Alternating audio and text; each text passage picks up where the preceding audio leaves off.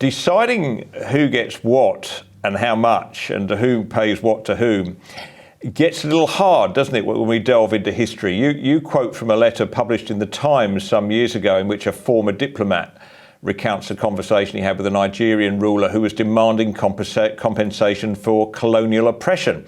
And after listening intently, the diplomat replied, "I entirely agree, and you shall have your compensation, just as soon as we get ours from the Romans." It's not an easy one to sort out, is it?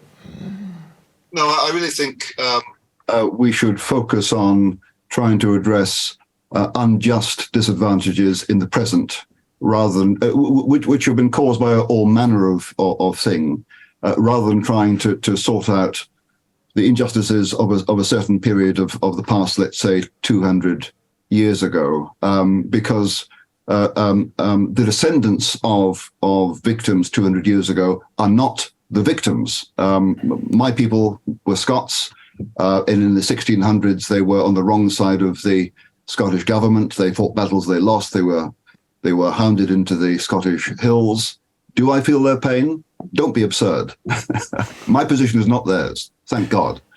Trying to determine who did wrong to whom and what's now owed, given what happened 200 years ago, just doesn't make sense. Apart from anything else, all peoples in Australia, including Aboriginals, now have the benefits of a highly prosperous, a very liberal society in which there is a welfare state, which didn't exist 200 years ago. So in many respects, the descendants of unjustly treated Aboriginals are far, far better off than their ancestors. So I think it really doesn't make sense to try and, as it were, freeze history to a certain point and say, well, so-and-so was unjustly treated. We need to make reparation for that then. I mean, I take it also that, as in North America, native peoples were quite accustomed to pushing each other off the land. The